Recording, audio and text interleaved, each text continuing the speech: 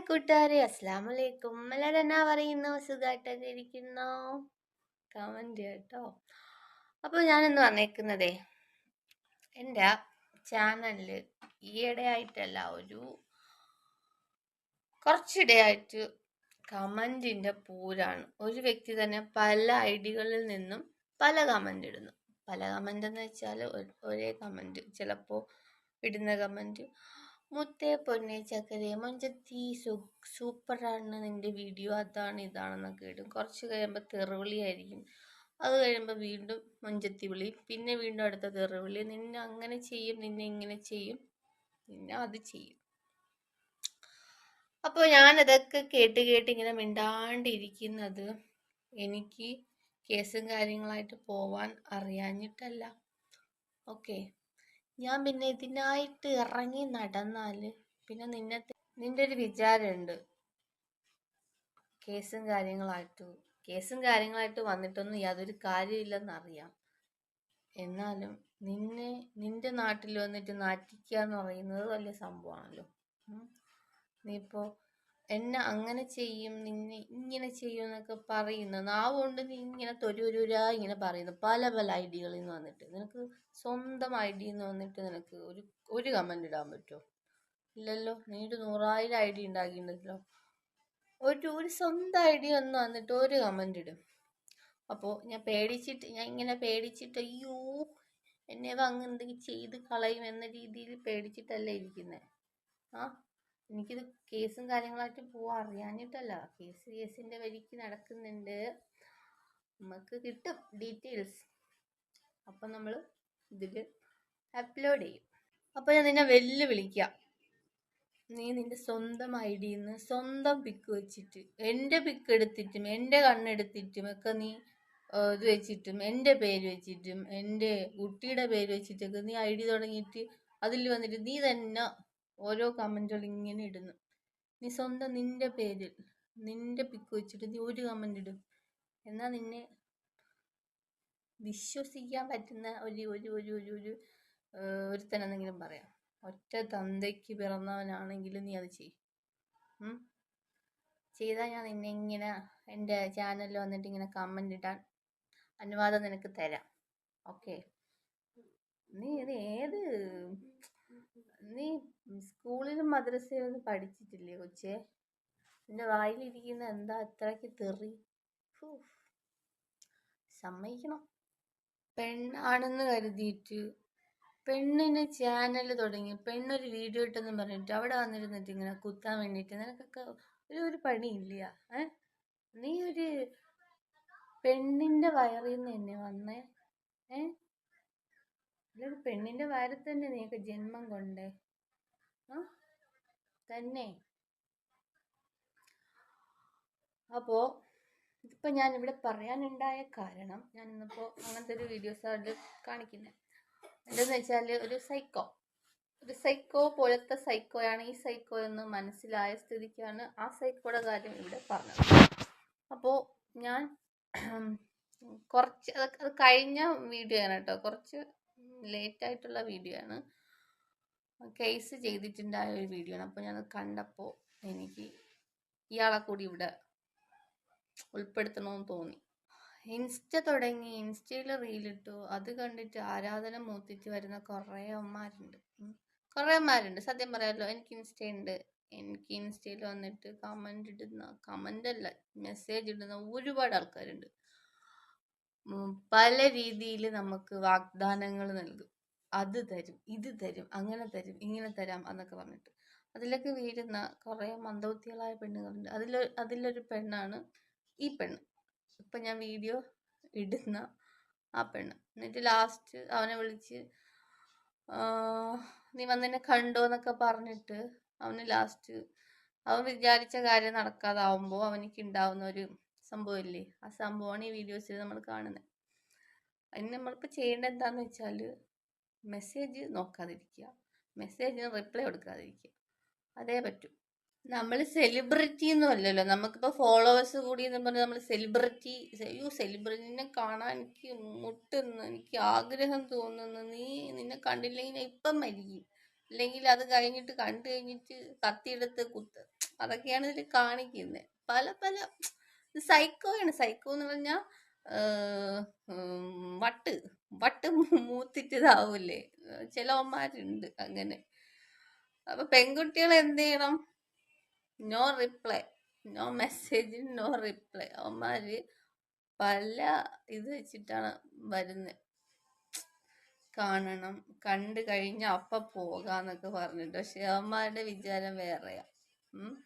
Last അവന്മാർക്ക് അത് കിട്ടാതെ വരുമ്പോ നമുക്ക് പ്രാന്തുള്ള വീട്ടിൽ കത്തിയെടുക്കുന്നു, കുത്തുന്നു, ഞാനിപ്പ ചാവും, നിന്റെ പേര് എഴുതി വയ്ക്കും, മറ്റേ മോളെ മറിച്ചേ മോളെ എന്നൊക്കെ വിളിക്കും.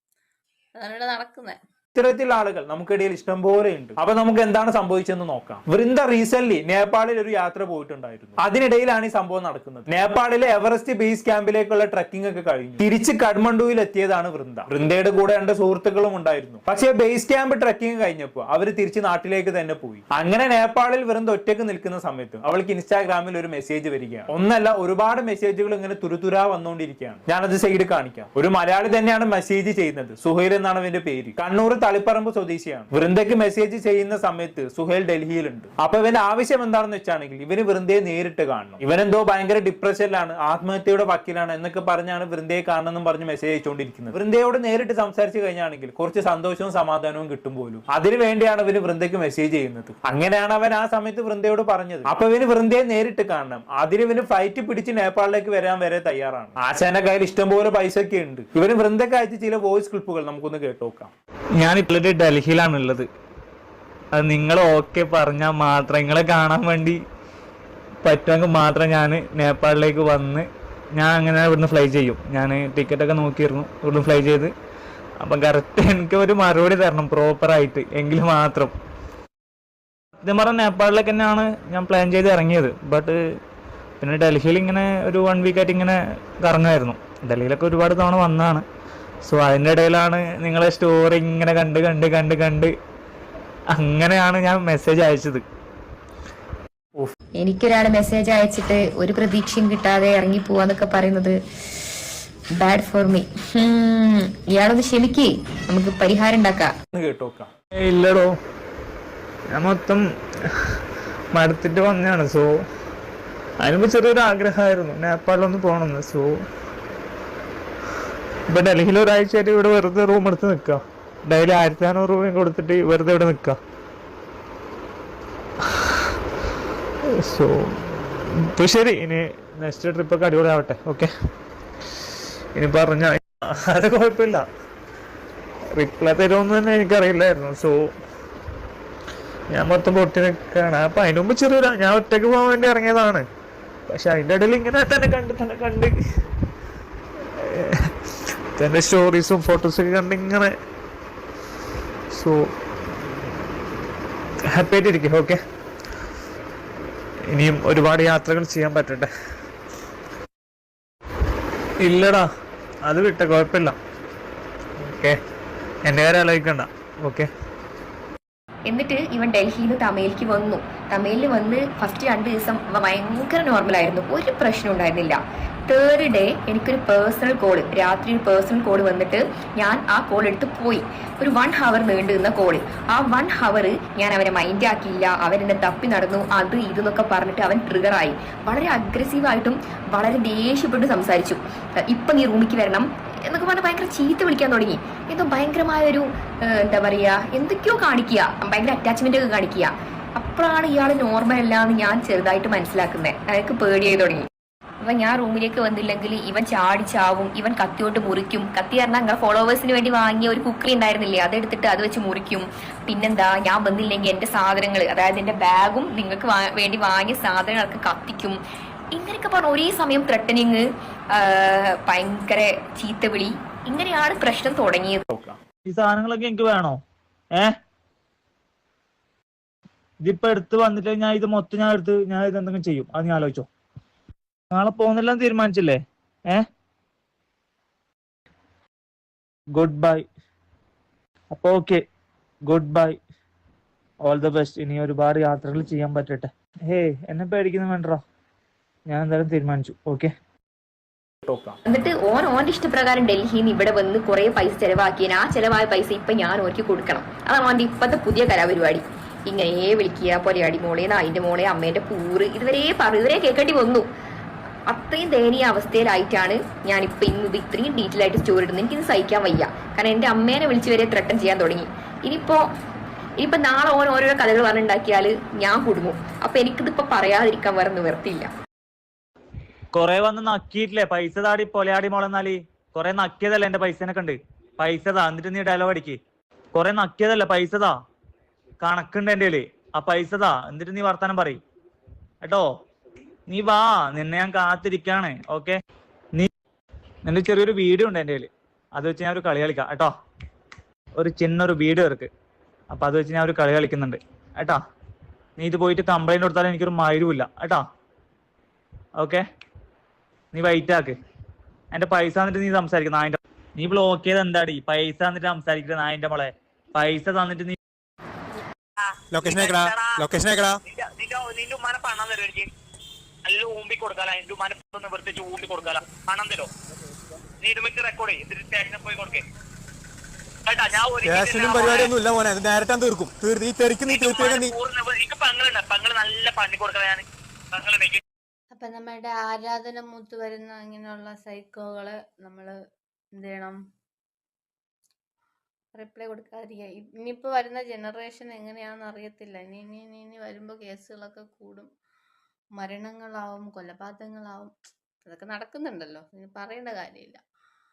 അപ്പോൾ ഇപ്പോൾ എനിക്ക് കമൻ്റ് ഇടുന്ന ആ ആളില്ലേ, ആ ആള് സ്വന്തം ഉമ്മാനെയോ അമ്മേനെ ബഹുമാനിക്കുന്നുണ്ടെങ്കിൽ, പെണ്ണെന്ന വർഗത്തിനൊരു ബഹുമാനം കൊടുക്കുന്നുണ്ടെങ്കിൽ നീ ഇനി കമൻ്റ് ഇടൂല.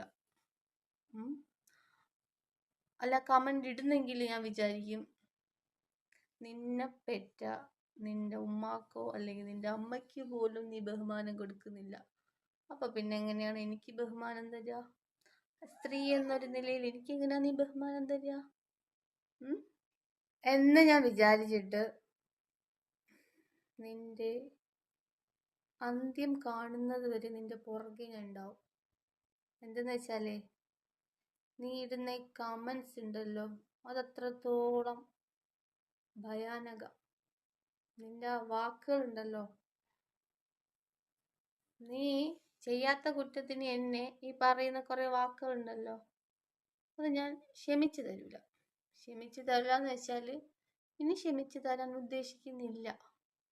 നീ ഇനി കയറണം. നീ എവിടെയെല്ലാം കയറാനുണ്ടോ അവിടെയൊക്കെ നീ ഇങ്ങനെ കയറി ഇറങ്ങണത് എനിക്കൊന്ന് കാണണം. അതിനായിട്ട് ഞാൻ ഇറങ്ങും. അപ്പൊ സൈക്കോന്ന് തന്നെ വിളിക്കും. സൈക്കോ, ഇതുപോലത്തെ കുറെ സൈക്കോകളെ വീഡിയോസ് ഒന്നും നോട്ട് ചെയ്ത് വെച്ചോ.